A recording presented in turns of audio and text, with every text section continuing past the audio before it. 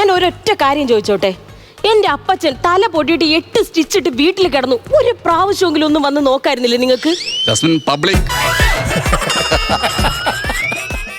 എങ്ങനെ 8 സ്റ്റിച്ച് വീണ്? വേലക്കാരി ചപ്പാത്തി പലേക്ക് എറിഞ്ഞതല്ലേ? ആ എംബ്രോയിഡറി വർക്ക് കാണാൻ ഞാൻ വരണോ? അതിന്റെ ആവശ്യം എനിക്കുണ്ടോ ജാസ്മിൻ? ഫെഡറിക്, എന്നെ വിചാരിച്ചിട്ടെങ്കിലും ഒരു സോറി എങ്കിലും പറയാൻ എന്റെ അപ്പച്ചൻ്റെ അടുത്തൊന്ന് വന്നോ?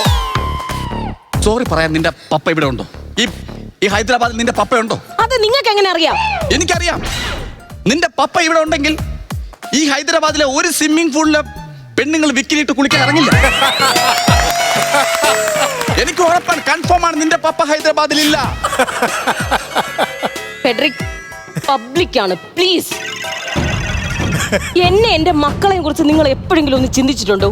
ഇതിന് മാത്രം എന്താ ജോലി നിങ്ങൾക്ക്? എന്റെ ജാസ്മിൻ, സാധാരണ ഒരു ജോലിയല്ല എന്റെ ജോലി. സിനിമ അങ്ങനത്തെ ഒരു ജോലി അല്ല ജാസ്മിൻ.